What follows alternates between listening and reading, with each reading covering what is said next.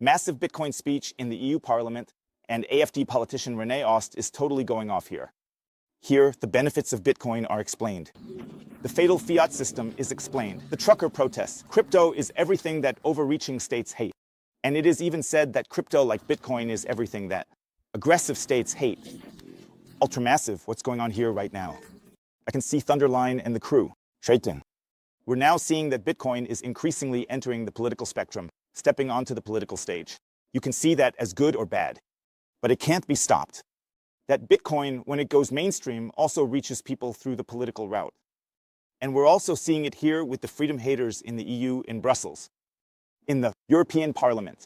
That Bitcoin is now an active topic here.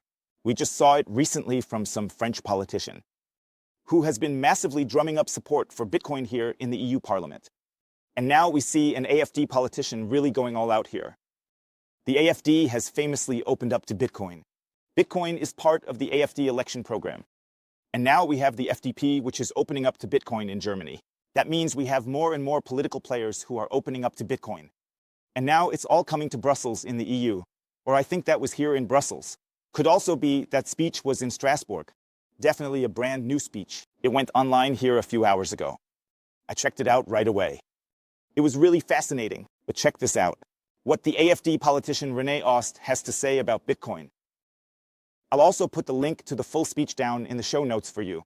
It's about the AfD and Bitcoin, and it's all happening here. Yeah, I think it took place in the European Parliament. This is definitely the AfD's account in the EU Parliament. And this went online here 2 hours ago. So it already took place here in the EU Parliament. Yeah, looks that way too. In recent years, the government's ability to monitor us has grown worldwide. Citizens to monitor. The desire to protect from this surveillance is also growing. That's why we're seeing such a surge in crypto like Bitcoin. During the COVID period, for example, we had to witness in Canada how the accounts were frozen by an unwanted government. Some people affected didn't even have the chance to pay their rent after their accounts were frozen. Crypto protects our citizens from overreaching states through encryption technologies. That's right. On top of that, we want our money to be safe from government manipulation. More and more money printing by central banks is devaluing money worldwide. Since 2001, the euro has lost more than a third of its purchasing power. That's why many citizens want a tamper-proof currency. Also, the promise of crypto. By the way, since we're talking about this right now, that terrorism financing and drug financing is done through Bitcoin. 90% of all terrorism financing is still done through dollars or euros. We stand up for the sovereignty of our nation, but we also stand up for the sovereignty of our citizens. We trust them to make decisions for themselves. That's why we want to allow innovations like Bitcoin. We want to continue to allow that, and in such a way that non-politicians who have no clue about these things, manipulating in there. The new Trump is exemplifying. Don't be afraid of innovations, but seize the opportunities. Openness to technology, including in the financial sector. Thank you very much. So that's just crazy. But here, it's really the right answer to what's happening here in the USA. Because you can really choose between two sides here. You could, for example, just sleep through the whole thing. Or you just say it like this politician in the EU Parliament and say, here, this is the answer to Donald Trump. We must embrace Bitcoin. Otherwise, the USA will surpass us. We must embrace Bitcoin and AI to avoid being left behind like with the internet. Also, the whole AI thing and so on. If we sleep through all of this, then we'll end up like we did with the internet, where we also missed out on a technology. That's why it's so important to engage with Bitcoin right now. It's a shame that there wasn't a clearer distinction made here between crypto Bitcoin. Here, crypto and Bitcoin were basically mixed up. I'm not really sure if he meant Bitcoin or if he meant crypto. He did touch on Bitcoin later on. And the things he's talking about here, they all fit under Bitcoin here. With crypto, it doesn't really fit that well because there are so many different cryptos that this can't offer at all. What he has listed here, like for example, that it's censorship resistant or that it's a hedge against inflation, that it's secure against manipulation. So he probably meant Bitcoin here after all. But he just said crypto. because it is the only cryptocurrency that lists all of the features that he ultimately names here. Is Bitcoin. He first addresses the whole surveillance issue in the EU that people are becoming increasingly intrusive. That means there were considerations to introduce an asset registry. I think it's going to be put on hold for now, but at least there were those considerations. Then, of course, you've got the thing where a digital euro is being rolled out. Then, of course, there are cash restrictions. Then there are also more KYC restrictions. That means even now with the MiCA licensing, it's going to get even stricter for a lot of people who just want to trade Bitcoin here. So you can see more and more tendencies that they're really tightening the screws here. So if you want to get out of the euro, it gets tricky. Or if you want to get into cash, that gets tricky too. And that's basically the surveillance you guys are talking about. And this surveillance is naturally pushing a lot of people towards freedom technologies like Bitcoin. It's important to mention that Bitcoin isn't completely anonymous. It's actually pseudonymous. You must look at how to apply it. How to apply it? That means Bitcoin isn't anonymous by default. That's something a lot of people misunderstand. But the explosive part is when he lists the trucker protests in Canada. Because this is really a topic that needs to be discussed here. Something must go on the table, especially here in the EU. Because if this keeps going with the digital euro, then exactly those kinds of scenes like the trucker protests will also happen in the EU. In Germany, in France, who knows where, everywhere. Where the euro is being used or where the digital euro is being rolled out. Support hostiles, accounts frozen. If you support any quote-unquote hostile parties or something like that, it can just be said, yeah, you're wearing the wrong sweater now. We're shutting down all your bank accounts. That's already happening now. There are already a lot of people in Germany who have been massively censored here. There were also a few people who made campaign donations to the AfD, who were somehow censored. But there are a lot of groups that are just politically unwanted. For example, I did an interview with Martin Sellner on the channel. He had like 97 accounts or something blocked. And he discussed whether you think it's good or bad, what he's doing and so on. But you can't just block people's accounts. And the same goes for the people who make any campaign donations to the AfD or something like that. You can also argue and discuss, okay, is the AfD good? Is it bad? Whatever. But you can't just block accounts here. That means only if you have a different political opinion here. You can't just block accounts here. The important thing about a democracy is that there's a diversity of opinions here. This means that democracy should even allow for other opinions here. Defend them even if you might not agree, and you can't just say, okay, we're going to block your accounts.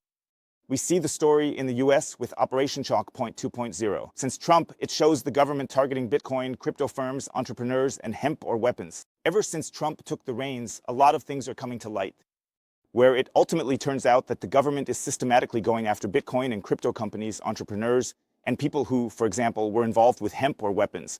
Or there were different areas that were just not tolerated. Bitcoin, crypto were part of that. They were just massively targeted. They just outright closed the account. And it wasn't even announced, and there was no explanation for it.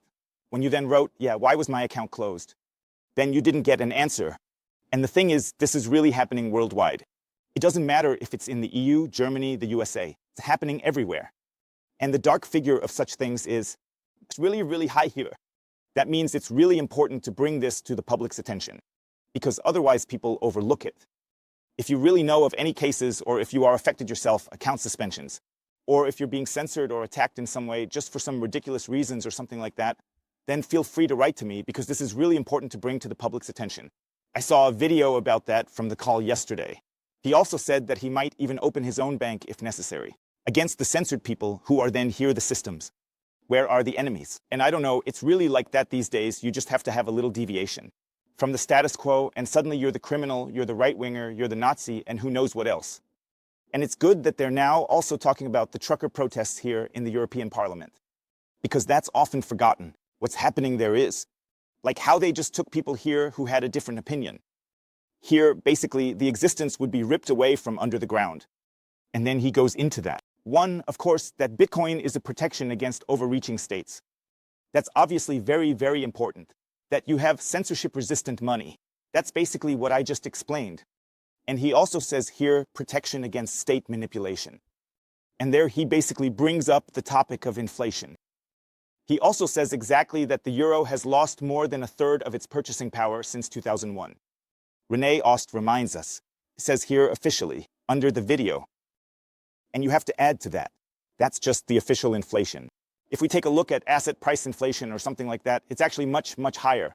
And we really need to put that on the table. It's not like inflation is something that's set in stone. That's what a lot of people always want you to believe.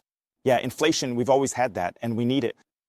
Because when the economy expands, the money supply has to expand too. No, it doesn't have to expand. It just kind of crept in. And it crept in that the political elite can steal from the people. Legal theft is happening here.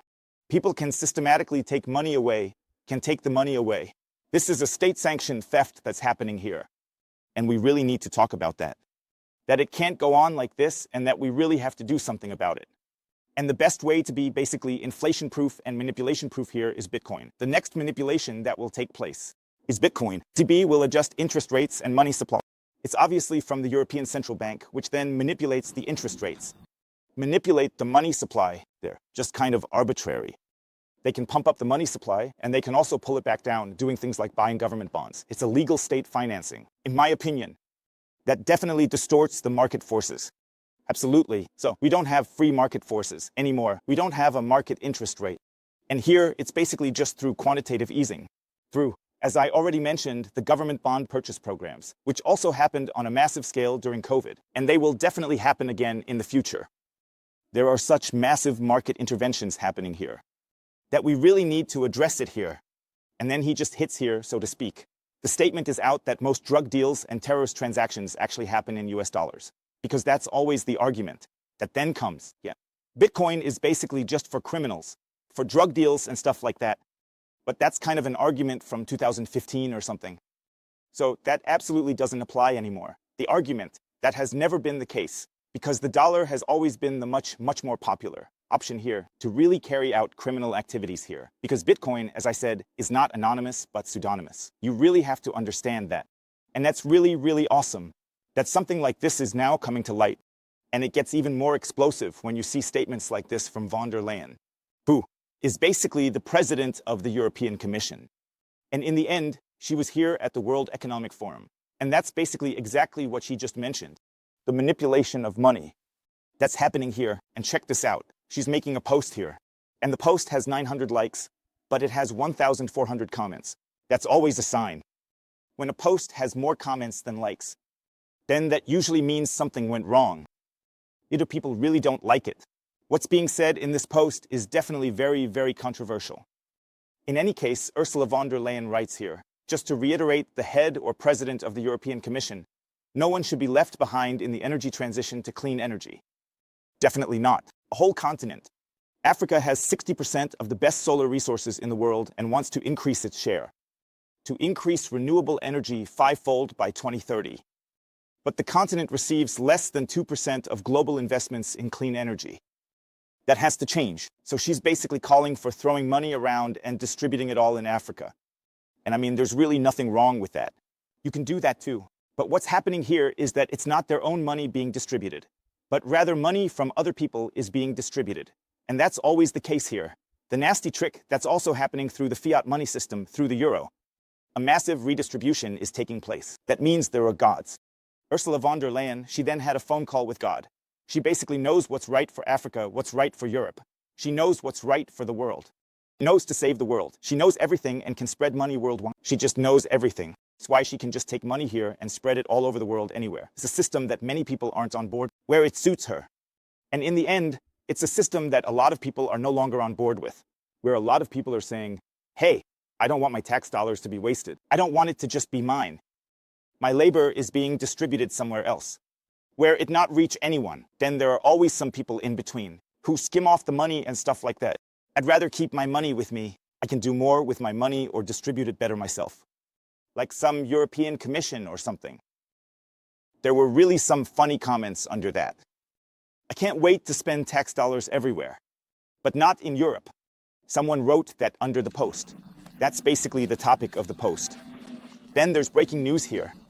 The globalists have found another country that they can use as a huge slush fund for climate protection. Climate protection is often just an excuse. You just find random topics. The ECB is talking more about climate protection these days than about monetary policy. So they've kind of realized it now. Okay, hey, we can't keep the euro stable. So now we're just doing some climate protection stuff and basically shifting our focus here from monetary stability to climate protection, which isn't really their mandate at all. Then it says here, next tweet. The EU is going to finance Africa's green transition with X billion. Bet on it, and then people will start skimming off the top again. Money will be redistributed again. This will lead to some new money being printed. The ECB is already working on that, saying we need climate, sustainability, now, or whatever. And then they throw out some climate bonds or something. I can already see how that's going to play out. But it's all just for now. Conspiracy theory, but yeah. Feel free to drop your thoughts in the comments. Definitely, hey, if you're bullish on Bitcoin here, I'll drop a link for you below. 21 Bitcoin, how you can easily and safely buy Bitcoin. Here you can get up to 20% off the fees when buying Bitcoin with the code Bitcoin. Massive, what's going on here now? See you later. You may. Peace out.